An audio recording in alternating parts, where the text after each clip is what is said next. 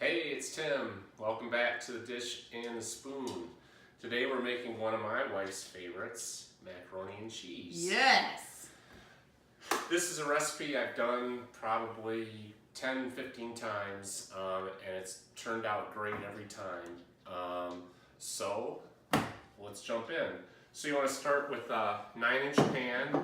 You're going to take a tablespoon of butter, and you want to really liberally coat the entire inside of this guy because he's going to be filled to the brim with cheesy goodness. And if there's anybody that knows about cheesiness, it's me. I had to slip a dad joke in there. Okay, so we have this nice and buttered. I'm going to deposit that.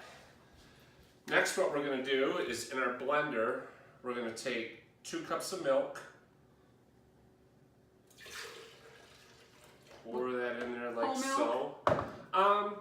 The more fat, the better. In this case, we're going to use 2% because it's what we had on hand, but usually I'll use whole milk. And then the secret surprise ingredient is cottage cheese. Which blew me away because I hate cottage cheese.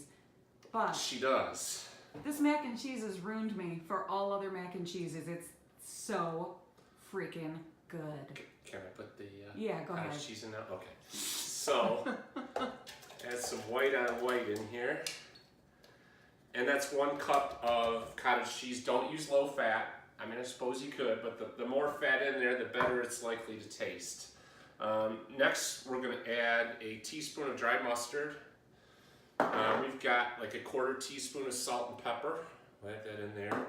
And then we're going to want to add just a pinch of nutmeg.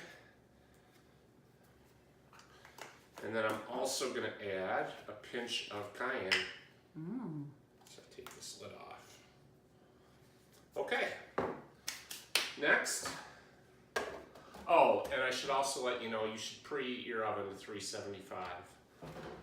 So we're going to go ahead and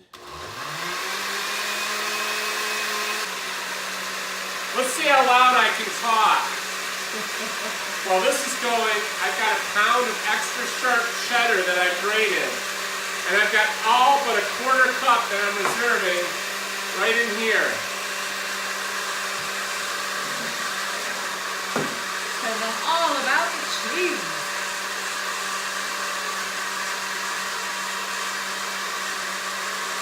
All right, that's looking pretty good. So as I screamed earlier, I used a pound of extra sharp cheddar. You're going to want to reserve a 1/4 cup, so let's go ahead and throw that in the refrigerator. Now, I'm going to take this blended goodness, and then I'm going to mix that in with my pound of cheese. And then another interesting fact about this mac and cheese is that you don't actually cook the macaroni separately. It makes it really easy. I've got a 1/2 pound of elbows here. I like the large ones. We'll go ahead and pour that in. So you don't pre-cook the pasta? Nope. The pasta just goes right in the mix. So I'm going to mix this all together.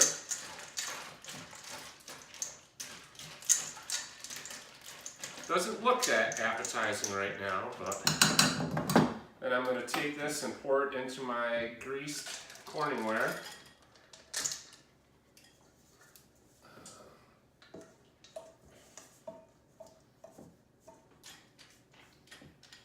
And then you want to tightly cover it.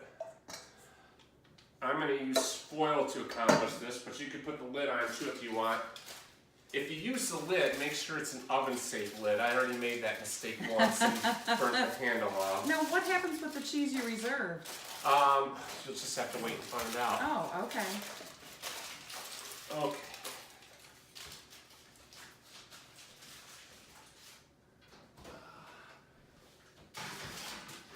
So in we go.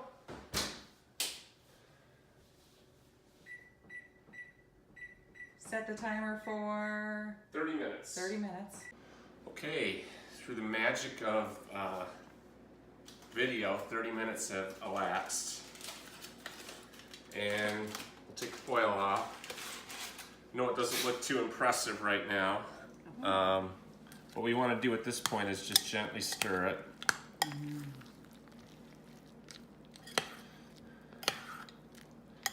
And then that reserved cheese that we saved, we're going to sprinkle that on top.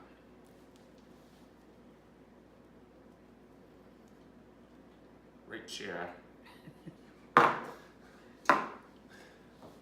Then I've got about a tablespoon of butter. What I'm going to do with that butter is just dot the top of this. That's what's going to help us get that nice golden brown. How much longer do we have to wait?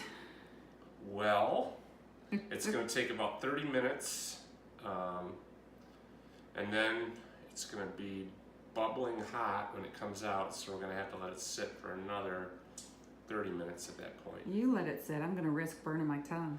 Okay. Now, I'm going to put this back in the oven. Does the foil doesn't go back on? The foil does not go back on. Okay.